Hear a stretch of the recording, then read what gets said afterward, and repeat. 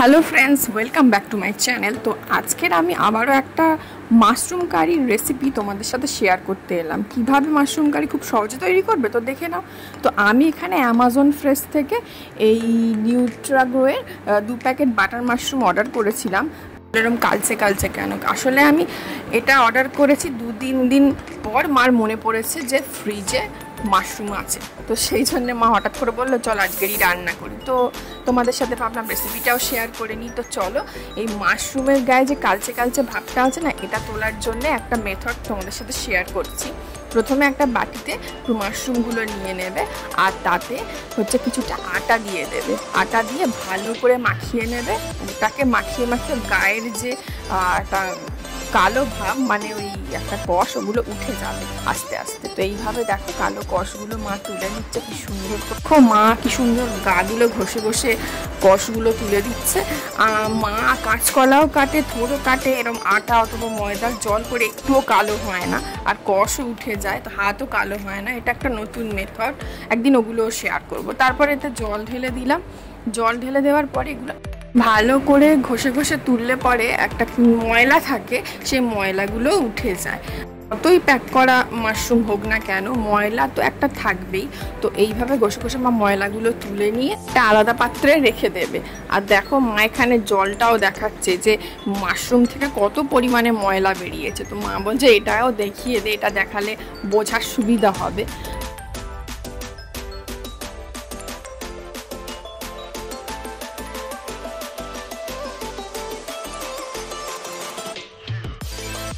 তো দেখো এখানে কত ময়লা বেরিয়েছে মাশরুমগুলো থেকে। তো এটা আমরা ফেলে দেবো, আর তারপরে ওই মাশরুমগুলো ফ্রেশ জলে ধুয়ে নেব। আর তারপরে মাশরুমগুলো মা কেটে নিচ্ছে কীভাবে দেখো, এইভাবে প্রতিটা মাশরুম কেটে নিতে হবে ভালো করে। তো কাটাটা খুব সিম্পল জিনিস। আর এটা যদি অন্য মাশরুম হতো কাটি সব ফেলে দিতে হয়, সেটা আমি বলতে পারবো না। এটা বাটার মাশরুম যেহেতু, এগুলো কিছু ফেলতে হয় না, এগুলো এইভাবে পরিষ্কার করে ধুয়ে নিলেই হয়ে যায়। তো একে একে মার কাটাটা কমপ্লিট হয়ে এসছে। তারপরে এখান থেকে চিপে চিপে মা জলগুলো বার করে নেবে, জলগুলো বার করে রেখে দেবে। জল অবস্থায় করলে মাশরুমের টেস্ট নষ্ট হয়ে যায়। মাশরুম সাধারণত 2 ধরনের হয়, একটা নর্মাল মাশরুম, একটা বাটার মাশরুম। আর এটা হচ্ছে বাটার মাশরুম। আমাদের বাড়িতে সবাই বাটার মাশরুমটাই খেতে বেশি প্রেফার করে, তো বাটার মাশরুমটাই আমরা বেশি কিনি। খুবই ইজি মেথড রান্নাটা। তো আমার সমস্ত কিছু জল মাশরুম থেকে বার করে নিই। এবার ম্যারিনেটেড পালা। তো ম্যারিনেট করার জন্যে প্রথমে আমি বাটার নিয়ে নেবো। আমি এখানে ফ্যাট ফ্রি বাটার ইউজ করেছি। বাটারটা নিয়ে মেল্ট করে নেবো একটু, কারণ বাটারটা শক্ত আছে। তো দেখো কড়াই গরম হয়ে এসছে, আর অলরেডি বাটার মেল্ট হতে শুরু করে দিয়েছে। কাশ্মীরি রেড চিলি পাউডার, তারপরে হলুদ গুঁড়ো আর গোলমরিচ গুঁড়ো। একটু ঝালের পরিমাণ বুঝে তোমরা গোলমরিচ গুঁড়োটা দিও। আমি একটু কম ঝাল খাই বরাবরের ন্যায় বলে এসেছি, তো আমি একটু গোলমরিচ গুঁড়ো দিয়েছি, তোমরা চাইলে বেশি দিতে পারো। আর তারপরে এই মেল্টেড বাটারটা দিয়ে ভালো করে মিশিয়ে নিয়ে ম্যারিনেটের জন্য 10 মিনিটের জন্য রেখে দেবো। তোমরা চাইলে বেশিক্ষণ রাখতে পারো, আর বেশিক্ষণ মানে খুব বেশি না, 10-15 মিনিট রাখলে ভালো হয়। তো তোমরা চাইলে বেশিক্ষণ মানে 20 মিনিটও রাখতে পারো। তো আমি এখানে 10 মিনিট মতো রেখে দিয়েছি। ভালো করে ম্যারিনেট করে রেখে দিলে পরে এর ভেতরে টেস্টটা যাবে, মানে মাশরুমের মধ্যে এই ফ্লেভারটা চলে। আমার কাছে ফ্যাট ফ্রি বাটার ছিল, তাই আমি ফ্যাট ফ্রি বাটার ইউজ করেছি। তোমরা চাইলে নর্মাল আমুলের বাটার ইউজ করতে পারো, যেটা ফ্যাট হয়। পরে কড়াইতে একটু সাদা তেল নিয়ে নেবো। আমি এখানে রাইস ব্র্যান অয়েল ইউজ করেছি, তোমরা চাইলে যে কোনো ব্র্যান্ডের তেল ইউজ করতে পারো। আর তারপর তাতে একটু রসুন কুচি, কাঁচা ভাবটা চলে গেলে, কাঁচা একটা স্মেল বেরোয়, সেটা চলে গেলে তাতে হচ্ছে পেঁয়াজ একটু গ্রেট করে রেখেছিলাম, সেই গ্রেটেড পেঁয়াজটা দিয়ে দেবো। আস্ত পেঁয়াজ গ্রেট করে রেখেছিল মা, তো সেই পেঁয়াজটা দিয়ে দিলাম। এবার ভালো করে নাড়াতে থাকবো, কারণ এর একটা কাঁচা গন্ধ থাকে পেঁয়াজ রসুনের, সেটা চলে যায়, একটু ব্রাউনিশ হয়ে আসবে। তারপরে বাকি যেগুলো দরকার, যেমন তারপরে একটুখানি কাঁচা লঙ্কা দেবো। তোমরা চাইলে বেশি কাঁচা লঙ্কা দিতে পারো ঝালের পরিমাণ অনুসারে, সেই কাঁচা লঙ্কা দেবো। আর তারপরে একটু আদা বাটা দেবো, দিয়ে ভালো করে একটু কষে নেব। কিন্তু মাশরুমের একদম সহজ মেথড, তো চট জলদি মাশরুম কিছুক্ষণের মধ্যে তৈরি হয়ে যাবে। তো এইভাবে একবার অবশ্যই ট্রাই করো। তো চলো,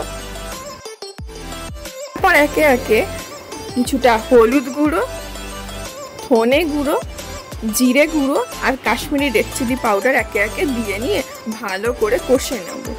আর এর পরিমাণটা একটু বুঝে দিতে হবে।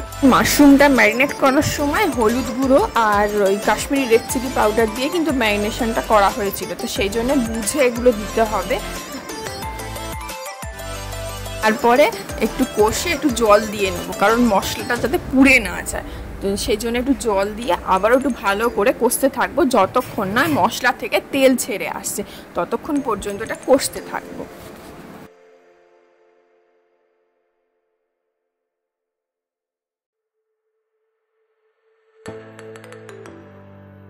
তারপর তেলটা ছেড়ে এলে টমেটো কুচানোটা দিয়ে দেবো, আর টমেটোটা গলানোর জন্যে এবং স্বাদটা বাড়ানোর জন্যে একটু নুন দিয়ে দেবো পরিমাণ মতো। আর তারপর ভালো করে একটু কষে নেব।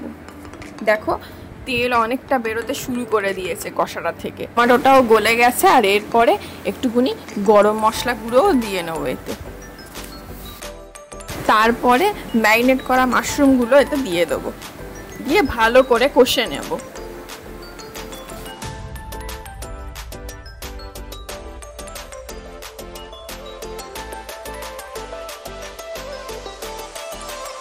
তেল ছাড়তে অলরেডি শুরু করে দিয়েছে। এই পর্যায়ে আমি একটু গোলমরিচ গুঁড়ো দিয়ে দেবো। তোমরা চাইলে আরও বেশি গোলমরিচ গুঁড়ো দিতে পারো, তোমরা যে যার মতো ঝাল যেমন খাও সেই বুঝে তোমরা ঝালটা দিও। আমি এখানে কম গোলমরিচ দিয়েছি, কারণ যেন ঝাল না হয়ে যায় অত্যাধিক, তো সেইভাবে আমি দিয়ে নিয়ে। তো অলরেডি তেল ছাড়তে শুরু করে দিয়েছে মাশরুম থেকে।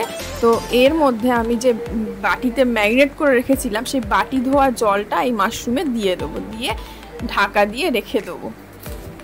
আমি খুব বেশি জল দেবো না, ব্যাপারটা মাখো মাখো হলে খেতে বেশ ভালো লাগে। ঢাকাটা তুলে নিলাম, অলরেডি ফুটতে শুরু করে দিয়েছে আর কালারটা জাস্ট অসাধারণ এসছে। কালারটা খুব সুন্দর এসছে, দেখো দেখেই খুব টেম্পটিং মনে হচ্ছে।